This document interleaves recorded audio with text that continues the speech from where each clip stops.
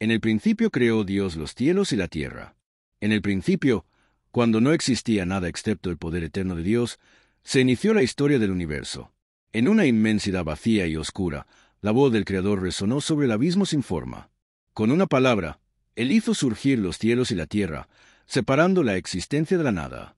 No había aún formas ni criaturas, solo un planeta cubierto por tinieblas, flotando sobre las profundidades de las aguas. El Espíritu de Dios se movía sobre la superficie, como un artista que contempla su lienzo antes de trazar la primera pincelada. Entonces Dios dijo, «Sea la luz», y la luz fue. La oscuridad retrocedió ante la claridad y nació la primera separación entre el día y la noche. Fue el primer día, la inauguración del tiempo y el ritmo. Dios miró lo creado y vio que era bueno. Y así, con majestuosidad, el universo comenzaba a tomar forma. Cada palabra divina tenía poder absoluto, y todo cuanto era pronunciado se hacía realidad. Aún no había sol ni luna, pero la luz obedecía a la voz del Creador. Fue un acto de orden, de belleza y de propósito, reflejo de un diseño perfecto que se iba desplegando paso a paso. El segundo día, el firmamento entre las aguas. El segundo acto creativo se centró en el cielo, ese vasto espacio azul que ahora separa las aguas. Dios habló otra vez, y surgió el firmamento para dividir las aguas que estaban debajo de las aguas que estaban encima. El cielo, tal como lo conocemos, fue establecido como una expansión firme entre las aguas que aún cubrían la tierra y la humedad de lo alto. A este firmamento, Dios lo llamó cielos, y así se completó el segundo día de la creación. Con él, la atmósfera comenzó a formarse, permitiendo la vida futura. No fue una creación caótica, sino una obra bien pensada, con límites, funciones y belleza. Cada elemento respondía al mandato de Dios con obediencia silenciosa. No había aún criaturas que lo contemplaran, pero el universo ya era una sinfonía de orden. La separación de las aguas implicaba también una protección para el planeta, una barrera que más adelante jugaría un papel vital. El firmamento era más que aire. Era testimonio del poder creativo de Dios que organiza, separa y establece fronteras en el caos. Y nuevamente, Dios vio que era bueno. La tierra firme y la vegetación. El tercer día trajo la primera transformación, visible del paisaje terrestre. Dios ordenó que las aguas debajo del cielo se reunieran en un solo lugar para que apareciera lo seco. Así se formaron los océanos, los ríos, los lagos y los mares, y en medio de ellos surgió la tierra firme. A esta le llamó tierra, y a las aguas reunidas, mares. La superficie comenzó a tener forma. Montañas, valles, llanuras y costas se levantaban bajo el diseño soberano del Creador. Pero Dios no se detuvo allí. Luego mandó que la tierra produjera vegetación, hierba verde, plantas que dan semilla y árboles frutales según su especie, con su semilla en ellos. Surgieron entonces los primeros bosques, praderas y jardines. La tierra floreció con vida vegetal de todos los colores y formas. Todo crecía en armonía y equilibrio, sin necesidad de cultivo ni esfuerzo humano. Era un ecosistema perfecto, en el que cada planta cumplía una función. Esta etapa aseguró la provisión de alimento para las criaturas que pronto vendrían. Dios miró lo creado y vio que era bueno. Así terminó el tercer día. El sol, la luna y las estrellas. En el cuarto día, Dios adornó los cielos con luces que gobernaran el día y la noche. Hasta entonces había luz, pero no astros. Ahora, Dios creó el sol para iluminar el día y la luna para la noche, junto con las estrellas. Estas luces en el firmamento no solo servían para alumbrar, sino también para marcar los tiempos, las estaciones, los días y los años. Fue el inicio del calendario natural, del paso del tiempo como lo conocemos.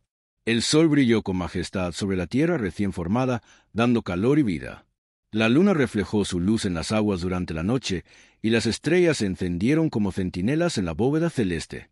Desde el inicio, estos astros fueron puestos con un propósito, no como deidades, sino como siervos del orden divino. Todo el universo estaba bajo el control del Creador. La noche ya no era absoluta oscuridad. Había luz incluso en medio de ella. Dios, al ver el cielo decorado con estos cuerpos luminosos, declaró que era bueno. Así terminó el cuarto día, y el universo brillaba con armonía. Criaturas del agua y del aire. El quinto día marcó el inicio de la vida animal. Dios llenó las aguas con seres vivientes, peces grandes y pequeños, criaturas marinas de toda especie, desde las más diminutas hasta los enormes leviatanes. Las aguas comenzaron a agitarse con movimiento y vida. Luego, Dios mandó que el cielo se llenara de aves que volaran sobre la tierra en la expansión del firmamento. Las aves alzaron el vuelo, revoloteando con libertad, adornando los cielos con colores, trinos y danzas. La biodiversidad fue creada de golpe, con una variedad que aún hoy asombra la ciencia. Cada criatura fue hecha según su especie, con su rol dentro del ecosistema. Dios las bendijo, mandándoles que se multiplicaran y llenaran los mares y el cielo. Fue la primera vez que se menciona una bendición sobre los seres vivos. Esta bendición anticipaba el crecimiento, la continuidad y la plenitud de la creación. Dios contempló lo que había hecho y vio que era bueno. Así concluyó el quinto día, con los cielos y mares rebosantes de vida. La creación del hombre y la mujer a imagen de Dios. En el sexto día de la creación, Dios llevó a cabo el acto más sublime, la creación del ser humano. Después de haber formado cielos, mares, tierra, luz, animales y plantas, Dios dijo, hagamos al hombre a nuestra imagen, conforme a nuestra semejanza. Esta declaración refleja un consejo divino, un acto deliberado y especial. A diferencia de los animales, el ser humano no fue hecho según su especie, sino según la imagen de Dios mismo. Esto implicaba capacidades únicas, razonamiento, moral, creatividad, espiritualidad y dominio sobre la creación. Dios creó al hombre y a la mujer, y les dio autoridad sobre los peces del mar, las aves del cielo, las bestias del campo y toda la tierra. La creación del ser humano fue tanto un acto de poder como de relación. Varón y hembra los creó, y los bendijo diciendo, fructificad y multiplicaos, llenad la tierra y sojuzgadla. Esta bendición llevaba el mandato de gobernar la tierra, pero no con tiranía, sino como administradores de un mundo que era bueno. Así, el hombre y la mujer fueron puestos como imagen viviente del Creador en la creación, provisión abundante y el cierre de la creación. Dios, en su sabiduría, no solo creó al ser humano, sino que también proveyó para él desde el primer momento. Les entregó toda planta que da semilla y todo árbol con fruto como alimento, mostrando así que el sustento ya estaba preparado antes de su llegada. El hombre no fue lanzado a un mundo hostil, sino acogido en un jardín fértil y abundante. También a los animales, aves y bestias les dio hierba verde para comer. Todo el sistema ecológico estaba diseñado para vivir en armonía, sin violencia ni escasez. La tierra era un paraíso donde cada criatura encontraba su lugar. Al finalizar el sexto día, Dios miró todo lo que había hecho, y no solo lo vio bueno, sino que era bueno en gran manera. Era una creación completa, funcional, bella y moralmente buena. Así se cerró el ciclo creativo, no con caos, sino con plenitud. La armonía del cosmos reflejaba el carácter del Creador. El sexto día había terminado, y la historia de la humanidad apenas comenzaba, en un mundo sin pecado, sin muerte y lleno de propósito. El séptimo día, descanso de Dios. Al comenzar el séptimo día, Dios cesó de toda la obra que había hecho. No fue un descanso por agotamiento, como si el Creador necesitara recuperar fuerzas, sino un acto de satisfacción y contemplación. Dios bendijo el séptimo día y lo santificó, apartándolo como especial. Fue el primer santo en la historia bíblica, un tiempo separado para la comunión, la paz y la celebración de lo creado. El descanso de Dios estableció un modelo de equilibrio entre trabajo y reposo, entre acción y adoración. Aunque la creación física había terminado, la historia de la humanidad dentro de ese mundo apenas empezaba. El séptimo día no tiene tarde y mañana, lo que sugiere que el reposo de Dios continúa, esperando que el ser humano entre también en esa comunión. Este día también anticipa el concepto posterior del Día del Señor, un tiempo reservado para estar con Dios. Así, la creación fue completada en 7 días, 6 de obra poderosa y 1 de reposo glorioso. La perfección del número 7 representaba plenitud, y el mundo estaba en perfecta armonía con su Creador. El origen de Adán, del polvo y el aliento de vida. El relato vuelve a centrarse en la creación del hombre, ahora con mayor detalle. En Génesis 2, se describe cómo Dios formó al hombre del polvo de la tierra, mostrando que el ser humano está íntimamente ligado a la creación física. No fue simplemente creado por una palabra, como los demás seres, sino modelado con intención y delicadeza. Pero lo que lo distingue no es su materia, sino el aliento que Dios sopló en su nariz, el aliento de vida.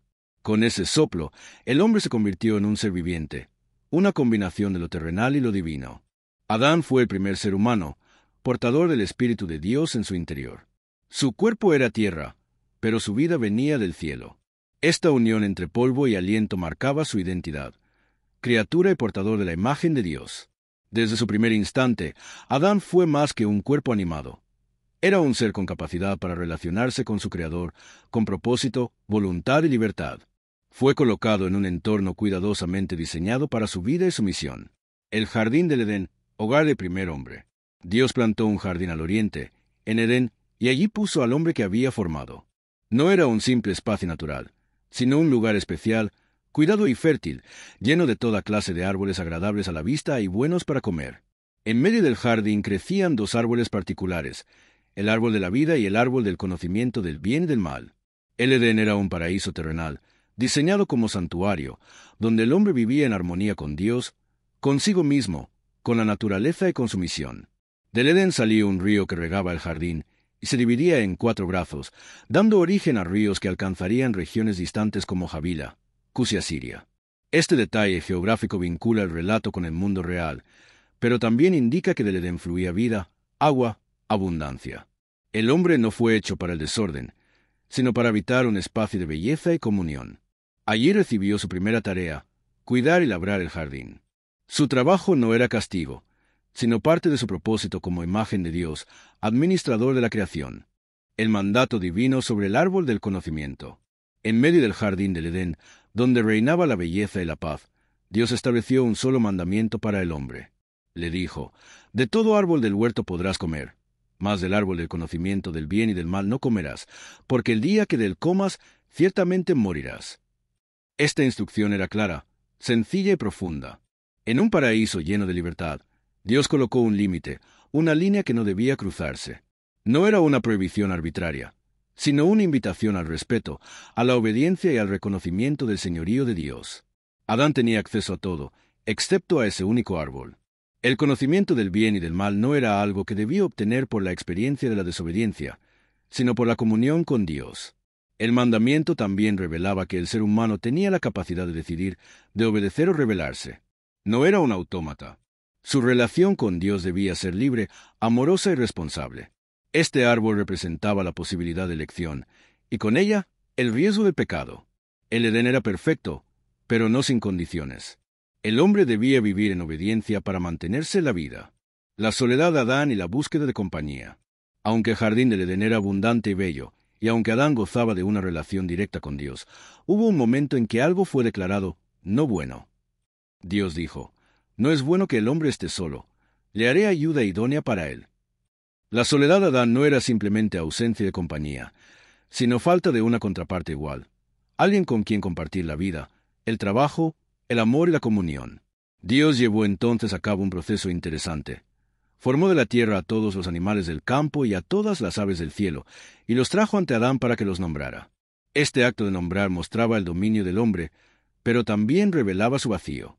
Entre todos los seres vivientes, no se halló ayuda idónea para él. Adán los observó, los conoció, los nombró, pero ninguno era como él.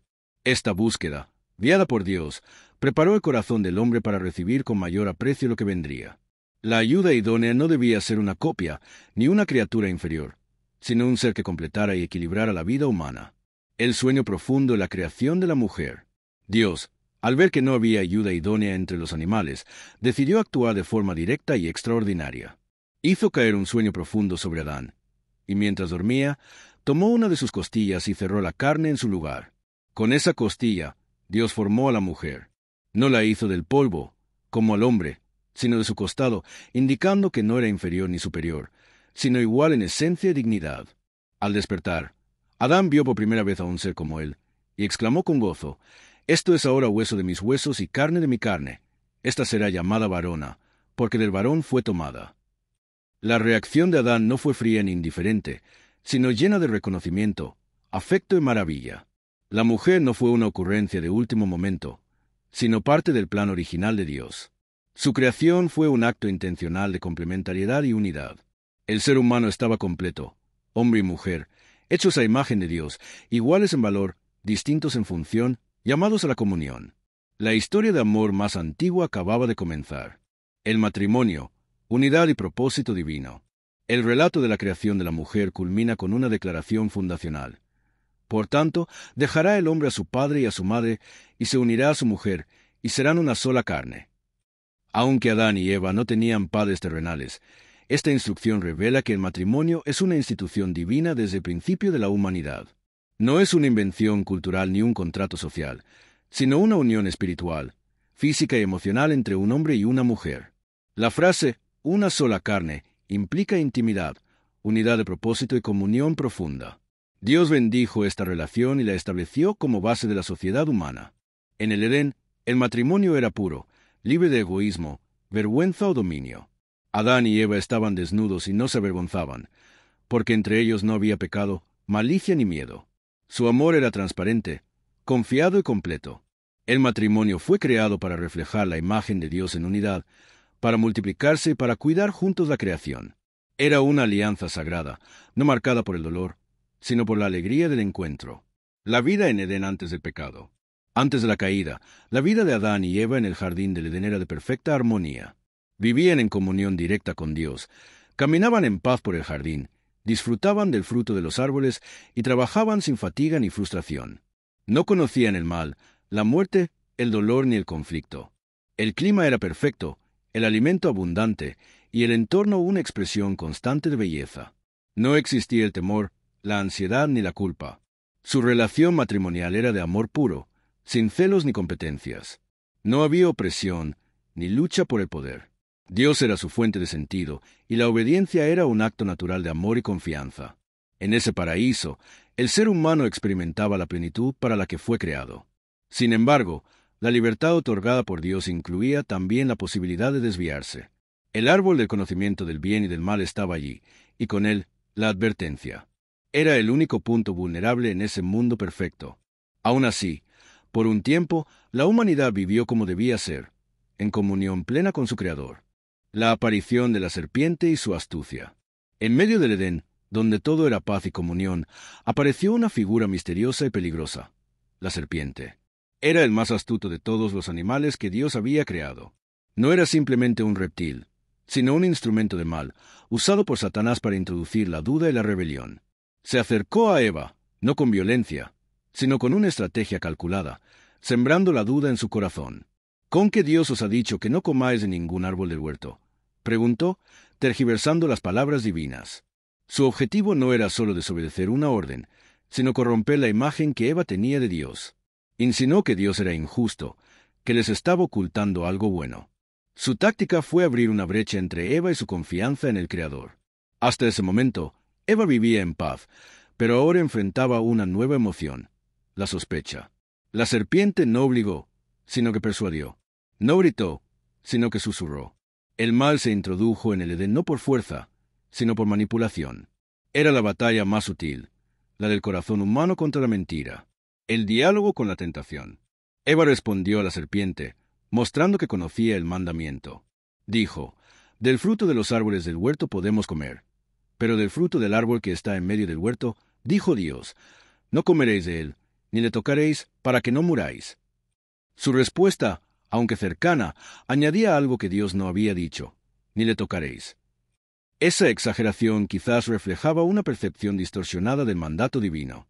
La serpiente entonces dio el paso final en su engaño, negó la consecuencia. «No moriréis», dijo con seguridad, «sino que sabe Dios que el día que comáis de él, serán abiertos vuestros ojos, y seréis como Dios, conociendo el bien y el mal». El veneno estaba servido. El enemigo presentó la desobediencia no como rebelión, sino como iluminación. Ser como Dios parecía deseable, no impío. Eva, seducida por la promesa de sabiduría, comenzó a mirar el árbol de otro modo. Ahora lo veía bueno para comer, agradable a los ojos y deseable para alcanzar sabiduría. La tentación no era solo hambre física, sino anhelo de autonomía. El corazón de Eva se inclinó hacia la mentira disfrazada de verdad. La caída del hombre. Eva tomó del fruto prohibido y comió. Luego dio también a su esposo, y él comió. Así ocurrió el acto más trágico de la historia humana, la entrada del pecado en el mundo. No hubo rayos ni terremotos en ese instante, pero en el plano espiritual, todo cambió. Lo que era armonía se convirtió en ruptura. Adán no fue engañado, pero eligió desobedecer. En ese momento, la inocencia fue destruida y la muerte espiritual entró en la humanidad. Sus ojos fueron abiertos, como había dicho la serpiente, pero no con la claridad divina, sino con vergüenza. Se dieron cuenta de que estaban desnudos y sintieron culpa. Se cubrieron con hojas de higuera, intentando esconder su fragilidad. El pecado rompió su comunión con Dios, con ellos mismos y entre sí. El fruto no les trajo libertad, sino esclavitud. No ganaron sabiduría, sino confusión. Habían querido ser como Dios, pero ahora se escondían de Él. La caída fue más que una transgresión. Fue una ruptura total del diseño divino para la vida humana. El encuentro con Dios y la vergüenza. Al oír la voz de Dios que paseaba por el huerto al aire del día, Adán y Eva se escondieron entre los árboles. El temor, que nunca antes habían sentido, los paralizó. Dios, en su misericordia, no los destruyó de inmediato, sino que los llamó. ¿Dónde estás? No porque no supiera su ubicación, sino porque quería confrontarlos con su nueva condición. Adán respondió, oí tu voz en el huerto, y tuve miedo, porque estaba desnudo, y me escondí. El miedo reemplazó la confianza. La transparencia se convirtió en ocultamiento. Dios preguntó, ¿quién te enseñó que estabas desnudo? ¿Has comido del árbol del que te mandé no comieras? En lugar de asumir responsabilidad, Adán culpó a Eva. La mujer que me diste por compañera me dio del árbol, y yo comí. Y Eva culpó a la serpiente. La serpiente me engañó, y comí. El pecado había sembrado división, justificación y desconfianza. Lo que comenzó como comunión, terminó en acusación. La gracia de Dios, sin embargo, no se apartó. Él los enfrentó, pero no los abandonó. El juicio vendría, pero también la esperanza, las consecuencias y la primera profecía. Entonces Dios pronunció juicio sobre los tres protagonistas. A la serpiente le dijo, «Maldita serás entre todas las bestias, te arrastrarás y polvo comerás todos los días de tu vida». Y luego vino la primera promesa redentora, conocida como el protoevangelio. «Pondré enemistad entre ti y la mujer, y entre tu simiente y la simiente suya. Esta te herirá en la cabeza, y tú le herirás en el talón». Esta fue la primera profecía del Mesías venidero, que nacería de mujer y vencería al mal. A la mujer le anunció dolor en la maternidad y una lucha relacional con su esposo. Al hombre le reveló que la tierra ya no le produciría fácilmente, que el trabajo sería con sudor y que volvería al polvo de donde fue tomado. El pecado trajo sufrimiento, desorden y muerte. Sin embargo, en medio de la sentencia, brilló una promesa. Un Salvador nacería para vencer a la serpiente. La historia no terminaba en el juicio. Aún en la caída, Dios mostró su plan de redención. La humanidad estaba herida, pero no abandonada. El Edén se cerraba, pero la esperanza se abría paso. Dios viste a Adán y Eva. Luego de declarar las consecuencias del pecado, Dios hizo algo profundamente simbólico. Tomó túnicas de piel y vistió a Adán y Eva. Este acto fue mucho más que un gesto de compasión. Fue el primer sacrificio de la historia. Para vestirlos, un animal inocente debió morir, anticipando el principio de la sustitución, la muerte de uno para cubrir la culpa de otro. Las hojas de higuera que ellos mismos habían cosido eran insuficientes para cubrir su vergüenza, pero Dios proveyó algo duradero. Era una señal de que aunque el pecado había traído muerte, Dios seguía cuidando de ellos. Era también una lección. El pecado no podía ser tratado a la ligera, y su cobertura costaría sangre. Aun cuando los humanos fallaron, Dios tomó la iniciativa para cubrir su vergüenza. Esto apunta a lo que siglos más tarde haría en la cruz, vistiendo nuestra desnudez espiritual con la justicia de Cristo. Dios, en su gracia, no los desechó, sino que comenzó a guiarles en la nueva realidad marcada por la caída. Vestidos por Dios, salieron del Edén con dignidad restaurada, aunque con un futuro difícil por delante. La expulsión del jardín del Edén. Dios, tras juzgar el pecado y cubrir a los culpables, dijo, «He aquí el hombre es como uno de nosotros, conociendo el bien y el mal. Ahora, pues, que no alargue su mano y tome también del árbol de la vida, y coma, y viva para siempre». Así, en un acto de misericordia disfrazada de juicio, los expulsó del Edén. Si Adán y Eva comían del árbol de la vida en su estado caído, su corrupción se eternizaría. Por lo tanto, Dios puso querubines y una espada encendida que se revolvía en todas direcciones para guardar el camino del árbol de la vida. La humanidad fue separada del paraíso, no por crueldad, sino para evitar una condenación eterna sin redención. Salieron del Edén no solo como desterrados, sino como peregrinos. La tierra prometida quedaba detrás, y delante se abría un mundo desconocido, hostil y marcado por el pecado. Pero no estaban solos. Dios aún hablaba con ellos, aún los vestía, aún los guiaba. El Edén cerrado apuntaba hacia un futuro en que el acceso a la vida eterna sería restaurado por medio del sacrificio perfecto. La nueva vida fuera del Edén. La vida fuera del Edén era distinta en todo sentido. El trabajo, que antes era placentero, se volvió arduo. El suelo, que antes producía frutos con facilidad, ahora requería sudor y esfuerzo. Adán tuvo que aprender a cultivar en medio de espinas y cardos. Eva, por su parte, enfrentó los dolores del parto y la nueva tensión en la relación con su esposo. La armonía perfecta se había roto, y las huellas del pecado comenzaban a notarse en la cotidianidad. Sin embargo, en medio del juicio, Dios no abandonó su relación con ellos. Aún podían invocarlo, aún podían criar una familia, aún podían enseñar sobre él.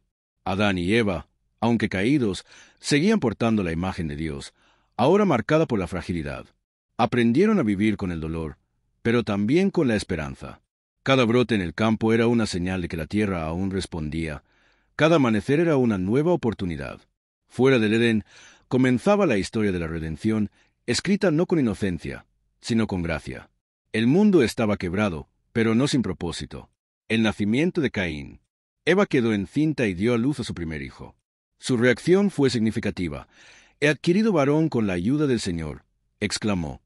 Este hijo era la primera vida humana nacida del vientre de una mujer, fruto de la promesa de multiplicación, quizás una posible esperanza de redención. Muchos intérpretes han visto en las palabras de Eva una expresión de fe. Tal vez pensaba que Caín sería el hijo prometido que aplastaría a la serpiente.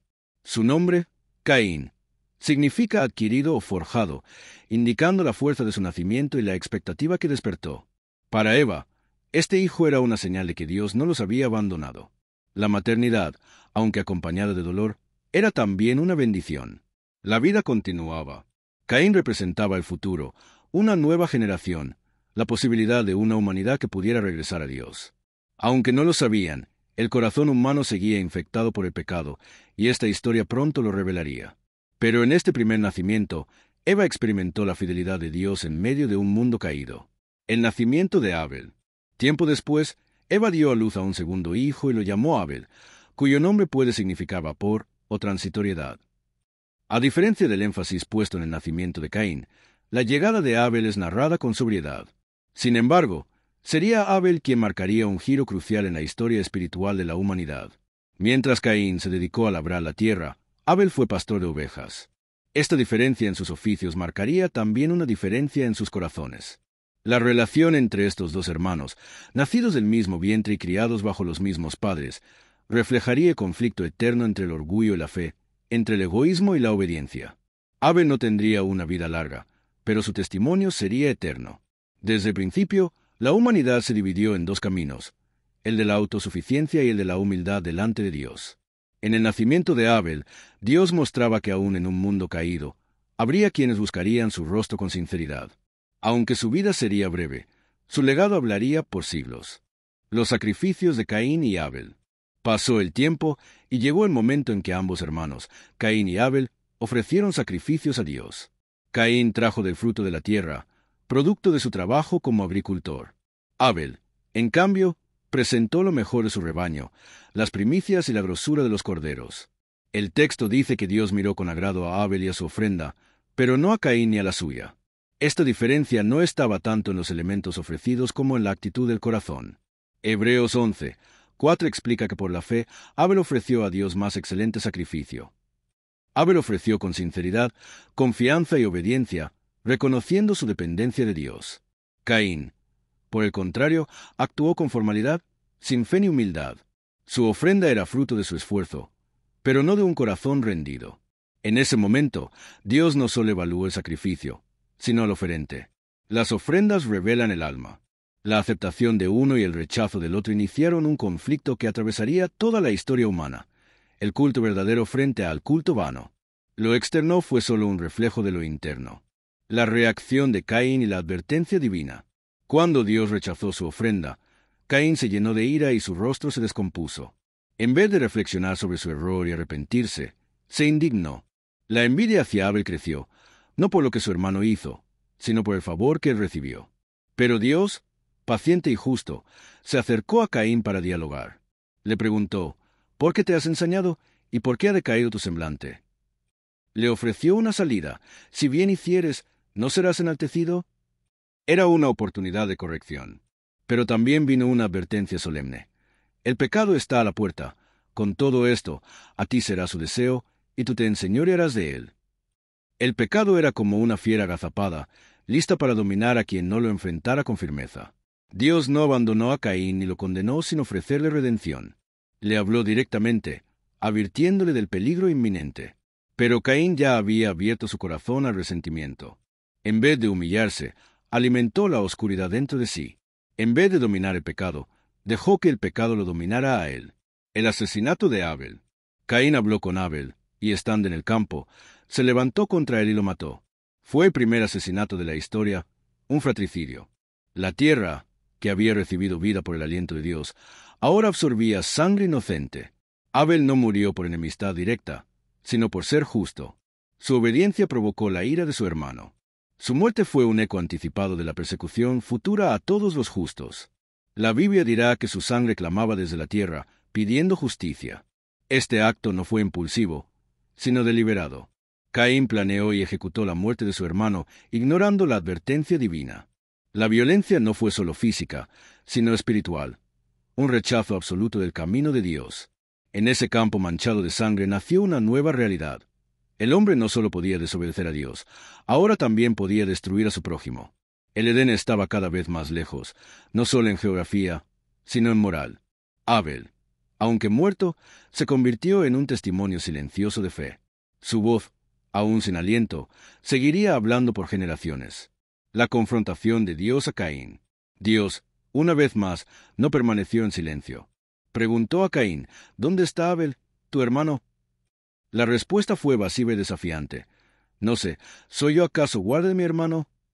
Estas palabras, llenas de frialdad, reflejaron un corazón endurecido. Pero Dios sabía. Le dijo, ¿qué has hecho? La voz de la sangre de tu hermano clama a mí desde la tierra. La justicia divina no se dejó engañar por el engaño humano. La tierra, que antes debía alimentar a Caín, ahora se volvió testigo de su crimen. Por eso, Dios pronunció su juicio. La tierra no le daría más su fuerza. Sería errante y extranjero en ella. Caín no solo fue expulsado del Edén, sino del favor de la tierra misma. Pero incluso en medio del juicio, Dios no lo destruyó. El castigo fue grande, pero no definitivo. Caín quedó marcado, pero no aniquilado. Su pecado merecía muerte, pero recibió exilio. La justicia de Dios se mezcló con misericordia. Aun en su ira, Dios mostró control. Caín debía vivir con las consecuencias de sus actos y también con la oportunidad de reflexionar. El castigo y la marca de Caín. Caín, al oír su sentencia, respondió con angustia. Grande es mi castigo para ser soportado. He aquí me echas hoy de la tierra, y de tu presencia me esconderé, y cualquiera que me halle me matará. A pesar de su dureza, mostró temor. Pero una vez más, Dios actuó con gracia. Le dijo, cualquiera que mate a Caín será castigado 7 veces. Y le puso una señal para que nadie lo matase. La naturaleza de esa señal no se especifica, pero su función era clara, protegerlo. Así, Caín se alejó de la presencia del Señor y habitó en la tierra de Nod, al oriente del Edén. Vivió como errante, con la carga del pasado sobre los hombros. Su vida se volvió símbolo del pecado sin arrepentimiento, de la culpa sin perdón buscado. Sin embargo, la historia no termina con su muerte, sino con su descendencia. La línea de Caín seguiría, pero también la línea de los que invocan a Dios. La historia de Caín nos recuerda que el pecado siempre tiene consecuencias, pero también que Dios es justo sin dejar de ser misericordioso. Caín y la fundación de una ciudad. A pesar del castigo divino y su condición errante, Caín formó una familia. Se unió a su mujer, y ella concibió y dio a luz a Enoc. En honor a su hijo, Caín edificó una ciudad, la primera mencionada en las Escrituras. Esto parece contradictorio para un errante, pero refleja el deseo humano de establecer raíces incluso en medio del juicio. La ciudad, símbolo de progreso humano, nació marcada por el pecado. Enoc, el hijo de Caín, representaba la continuidad de una línea que se desarrollaría al margen de la presencia de Dios. La edificación de una ciudad mostraba cómo el hombre, aun en rebeldía, conservaba la capacidad creativa dada por Dios, pero desviada hacia sus propios fines. Esta fundación urbana era un reflejo del nuevo mundo, uno que trataba de avanzar sin la guía divina. Caín, Aunque temeroso al principio, encontró seguridad en lo que construyó con sus manos, no en la misericordia de Dios. Su legado material comenzaba a crecer, pero su linaje traería consigo más sombras que luz. La descendencia de Caín, civilización y decadencia. De Enoc nació Irad, luego Meujael, después Metusael y finalmente Lamec. Esta genealogía marca el inicio de una civilización humana que prosperó en lo técnico, pero decayó en lo moral. Lamec es el primer hombre polígamo mencionado. Tomó 2 esposas, Ada y Zila. Esta ruptura del diseño original del matrimonio entre un hombre y una mujer fue señal del deterioro ético. Los hijos de Lamec fueron pioneros en distintos campos. Jabal fue padre de los que habitan en tiendas y crían ganado. Jubal, padre de todos los que tocan arpa y flauta. Y Tubal-Caín, forjador de herramientas de bronce y hierro. El linaje de Caín contribuyó al avance cultural, ganadería, música y metalurgia. Sin embargo, este progreso se dio separado de Dios. Era una civilización brillante por fuera, pero vacía por dentro.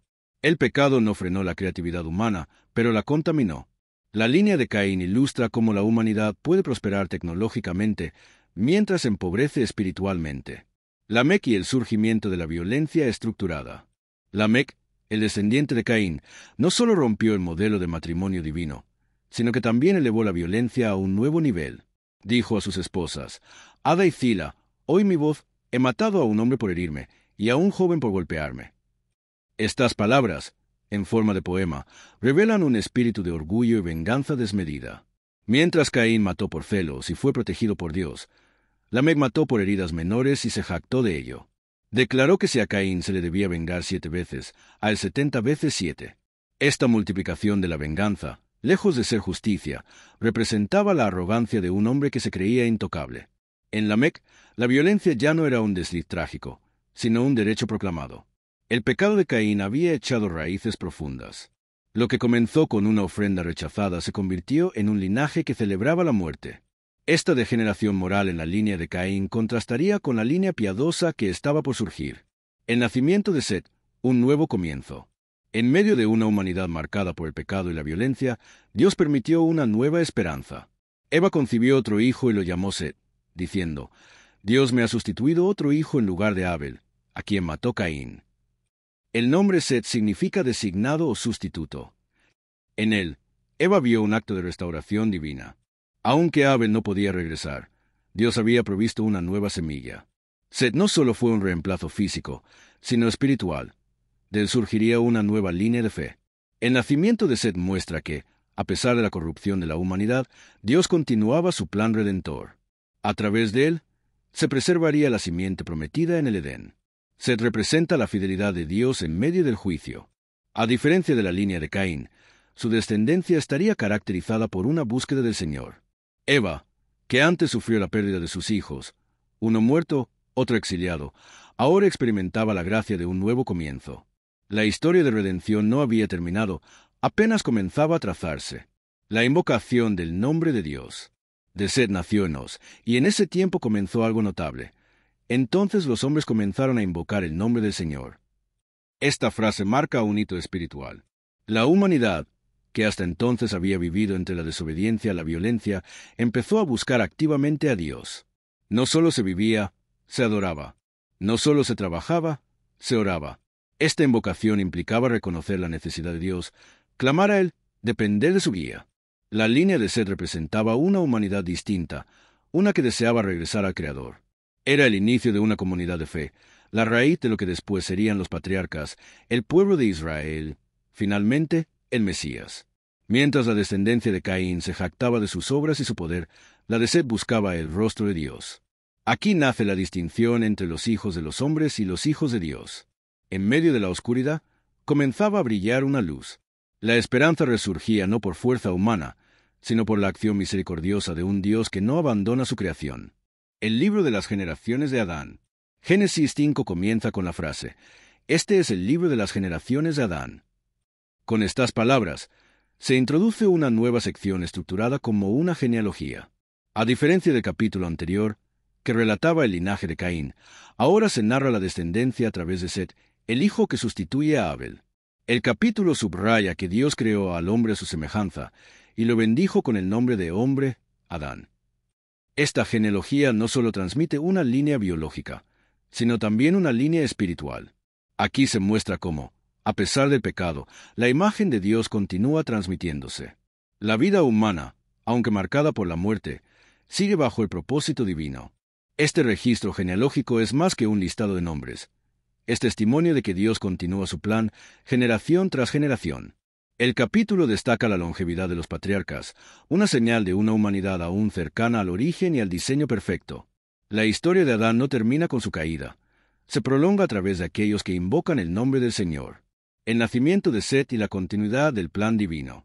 A los 130 años, Adán engendró a Set, a su semejanza, conforme a su imagen, subrayando que, aunque el hombre ya había caído, aún retenía aspectos de la imagen divina.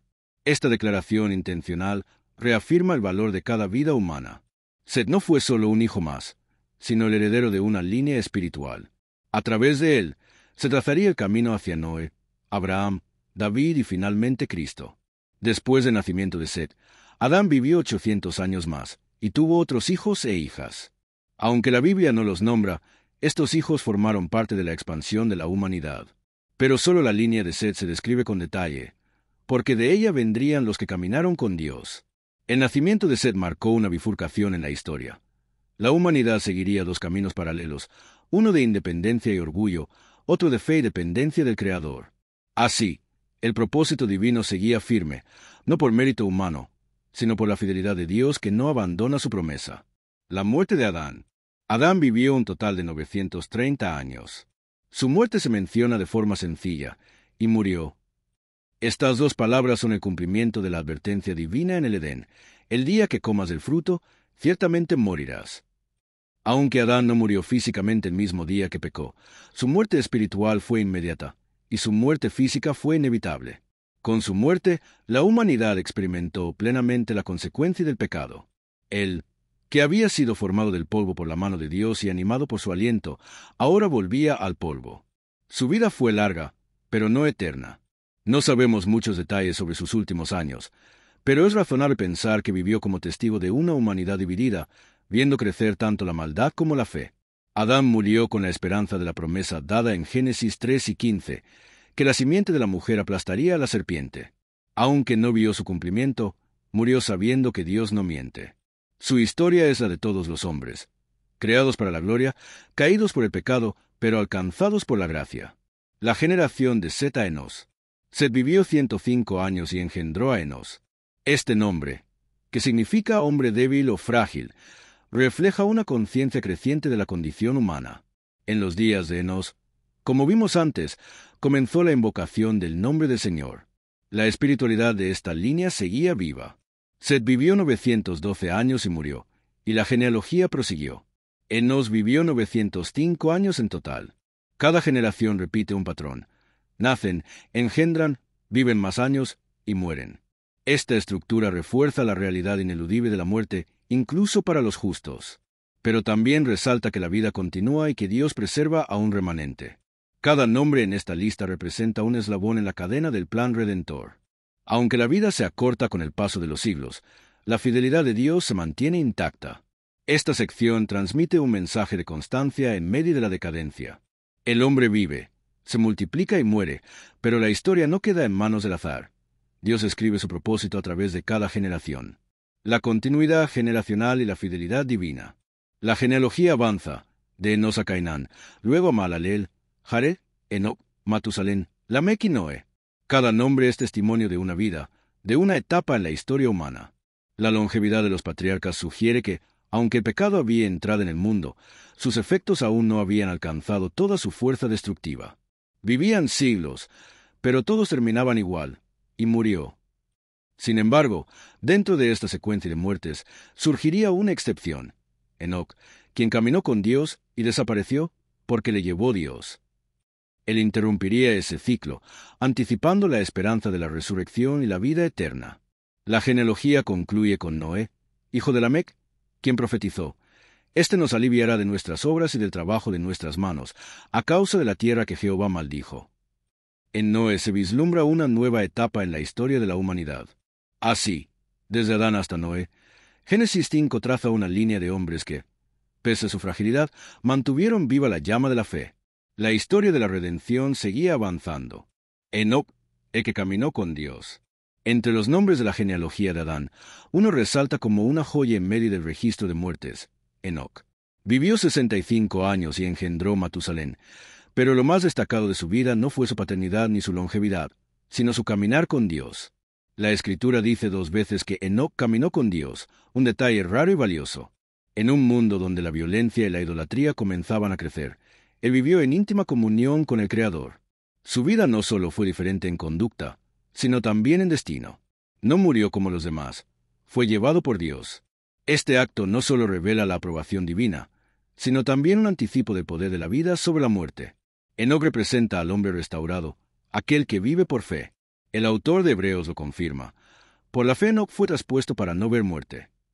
Su vida fue un testimonio profético de que la comunión con Dios es posible aún en un mundo caído. Enoc dejó huella no por cuánto vivió, sino por cómo vivió. Matusalén, el hombre más longevo. Matusalén, hijo de Enoc, es conocido por haber vivido más que cualquier otro hombre en la Biblia, 969 años. Su vida se extiende casi hasta el momento del diluvio. Su nombre es significativo. Algunos estudiosos sugieren que puede significar cuando muera, vendrá, haciendo referencia posiblemente al juicio que vendría con el diluvio. Si esto es correcto, entonces Matusalén vivió como un recordatorio vivo de la paciencia de Dios. Su longevidad puede verse como una manifestación de la gracia divina, dando al mundo tiempo para arrepentirse. A pesar de no saberse mucho de su carácter, su posición como hijo de Enoc y abuelo de Noé lo coloca en una línea de hombres fieles. Su existencia demuestra que el juicio de Dios no es impulsivo. Espera, retiene, extiende misericordia. La vida de Matusalén marca el cierre de una era previa al diluvio, una época de grandes edades, pero también de creciente maldad. Él fue testigo de una humanidad que se alejaba de su propósito original y vivió lo suficiente para ver llegar un nuevo comienzo. Lamec, padre de la esperanza. Lamec, hijo de Matusalén y padre de Noé, también tiene una voz profética. Aunque su nombre coincide con el del descendiente de Caín, su espíritu era distinto. Cuando nació su hijo, lo llamó Noé, diciendo: «Este nos aliviará de nuestras obras y del trabajo de nuestras manos, a causa de la tierra que Jehová maldijo». En sus palabras resuena una esperanza ancestral, un anhelo por redención. Lamec comprendía que la humanidad vivía bajo maldición desde los días de Adán, y esperaba que su hijo fuera instrumento de alivio. Este alivio no solo se refería al trabajo agrícola, sino también al peso espiritual del pecado. Lamec vivió 777 años, un número simbólico que contrasta con el 7 veces vengado de la línea de Caín. Su vida representa un puente entre la fidelidad de Enoc y el juicio que vendría sobre el mundo. Él no vería el diluvio, pero supo que algo nuevo estaba por surgir. En su voz, el clamor de las generaciones anteriores se transforma en profecía. Dios estaba preparando un camino, y Lamec lo intuía. El nacimiento de Noé, esperanza en medio del juicio. Cuando Noé nació, el mundo estaba sumido en violencia, corrupción y desobediencia. Sin embargo, su llegada fue vista como una respuesta divina. Su nombre, Noé, en hebreo Noch, significa descanso o consuelo, reflejando la profecía de su padre. Él sería el instrumento por medio del cual Dios juzgaría la tierra, pero también salvaría a una familia fiel. Su historia aún no comenzaba, pero su nacimiento ya era significativo. Dios no se había olvidado del mundo ni de su promesa a la simiente de la mujer. Noé representaría una nueva oportunidad para la humanidad. Como Adán, sería cabeza de una nueva era. Como Enoc, caminaría con Dios. El nacimiento de Noé fue como una semilla de esperanza plantada en tierra seca. A través de él, se preservaría la línea mesiánica. Su familia sería el remanente que sobreviviría al juicio por medio del arca. La historia de Adán, que comenzó en un jardín y cayó en desobediencia, estaba a punto de encontrar un reinicio en las aguas del diluvio. Dios seguía escribiendo la redención. La genealogía como testimonio de fidelidad. La genealogía de Adán hasta Noé no es un simple listado de nombres, sino un mensaje profundo. Cada generación muestra la constancia de Dios y la responsabilidad del hombre. Aunque todos, excepto Enoc, murieron, sus vidas no fueron en vano. Ellos prepararon el camino para los acontecimientos que vendrían. Este capítulo cierra la historia de Adán y abre la historia del juicio global. Desde el polvo de la tierra hasta el nacimiento de un nuevo patriarca, Dios ha mostrado que no abandona su creación. A través de generaciones, su propósito sigue firme. La muerte reina, pero la vida se abre paso. La maldición pesa, pero la promesa permanece. Esta genealogía es una línea de sangre y fe, de debilidad humana y fidelidad divina. En ella, vemos que el hombre puede alejarse de Dios, pero Dios no deja de buscar al hombre. Desde Adán hasta Noé, el mensaje es claro: Dios juzga el pecado, pero ofrece esperanza. Y esa esperanza, iniciada en el Edén, sigue avanzando hacia la cruz, donde la simiente de la mujer aplastará a la serpiente para siempre. El eco de Edén en el corazón humano. Aunque Adán y Eva fueron expulsados del Edén, la memoria de ese paraíso no desapareció. Sus hijos, nietos y las generaciones siguientes vivieron con el recuerdo del lugar donde Dios caminaba con ellos. Este eco del Edén quedó grabado en el corazón humano: el anhelo de comunión, la sed de justicia, el deseo de plenitud. Incluso los hombres que se alejaron de Dios no pudieron borrar del todo esa huella. El Edén representaba no solo un lugar físico, sino el diseño ideal de Dios para el ser humano: vivir en armonía con Él, con la creación y consigo mismo. Desde entonces, la historia bíblica sería una búsqueda de regreso a ese estado original. El Edén se convirtió en símbolo de lo perdido y lo anhelado. Adán y Eva, aunque cayeron, fueron también los portadores de esa memoria. Su historia sirvió de advertencia, pero también de esperanza. El ser humano nunca fue creado para la muerte, el dolor o la separación. El Edén aún resuena como promesa futura. Un día, Dios restaurará todo lo que se perdió. La herencia espiritual de Adán y Eva. Más allá de su caída, Adán y Eva dejaron una herencia espiritual. Fueron los primeros en conocer el perdón de Dios, la disciplina amorosa del Creador y la promesa de redención. Ellos vivieron bajo las consecuencias del pecado, pero también bajo la gracia. Enseñaron a sus hijos a ofrecer sacrificios, a reconocer a Dios, a temerle. En la historia de sus hijos, vemos la tensión entre obediencia y rebelión. Caín siguió el camino del orgullo, mientras se representó una línea de adoradores. Esta dinámica marcaría toda la historia bíblica. Adán y Eva no pudieron regresar al Edén, pero transmitieron la semilla de la fe. Sus experiencias sirvieron de cimiento para la conciencia moral y espiritual de la humanidad. Ellos supieron que el pecado tiene precio, pero también que Dios es misericordioso. Su legado no fue perfecto, pero sí esencial. En su humanidad rota, se refleja la nuestra. Y en su esperanza, también la nuestra, que Dios no nos ha abandonado y que la redención es posible. La promesa que atraviesa los siglos. Cuando Dios pronunció la promesa en Génesis 3:15 que la simiente de la mujer heriría la cabeza de la serpiente, no estaba dando una simple profecía, sino inaugurando el gran relato de la redención. Esa promesa se convirtió en el hilo conductor de toda la Biblia. Desde Adán hasta Noé, desde Abraham hasta David, desde los profetas hasta María, la expectativa creció. Adán y Eva, al oír esa palabra, supieron que no todo estaba perdido. Aunque no entendieron todos los detalles, vivieron con la esperanza de que un día Dios vencería al mal. Esa promesa sería reiterada, ampliada y finalmente cumplida en Cristo. En Él, la serpiente fue derrotada, el pecado vencido y el camino de regreso a Dios abierto. Adán fue el primer hombre, pero Jesús sería el último Adán, el restaurador. La historia de Adán no se entiende del todo sin Cristo. La caída tiene sentido solo a la luz de la cruz. Y la promesa, nacida en medio del juicio, revela el corazón de Dios: redimir lo que fue arruinado. El hombre hecho polvo y aliento. La historia de Adán y Eva nos recuerda nuestra condición. Fuimos formados del polvo, pero animados por el aliento divino. Esta doble naturaleza humilde y gloriosa, frágil y eterna, define al ser humano. Por un lado, somos limitados, sujetos al tiempo, al dolor y a la muerte. Por otro, llevamos en nosotros la imagen de Dios, la capacidad de amar, crear, pensar y buscar lo eterno. Adán representa esa tensión, el hombre que pudo vivir en el Edén y que luego vivió con la culpa de haberlo perdido. Pero también es símbolo de posibilidad. Si el primer hombre cayó, el segundo, Cristo, venció. En Adán vemos la tragedia del pecado, pero también el valor que Dios nos da. Él no destruyó al hombre tras su error, sino que lo vistió, lo protegió y le dio descendencia. Esto revela que, pese al juicio, hay gracia. Somos más que nuestras faltas, somos también el objeto del amor redentor de Dios. Polvo y aliento, así somos, y en esa paradoja, Dios escribe su historia. Adán y Eva, origen, caída y esperanza. La historia de Adán y Eva es el relato fundacional de la humanidad. En ellos vemos nuestra propia historia. Fuimos creados con propósito, caímos por desobediencia, vivimos las consecuencias del pecado, pero no sin esperanza. Ellos experimentaron la gloria del Edén y el dolor de la expulsión. Vieron morir a un hijo a manos de otro. Conocieron el trabajo, el sudor, la pérdida, pero también la fidelidad divina. A través de su linaje, Dios preparó la venida del Salvador. Su historia no termina con la caída, sino con una promesa. No son personajes lejanos, sino figuras cercanas, espejo de lo que somos y de lo que anhelamos ser. En su fragilidad, vemos nuestra necesidad de Dios. En su esperanza, vemos la fidelidad de un Creador que no abandona su creación. Adán y Eva no solo fueron los primeros humanos, fueron también los primeros en experimentar la gracia.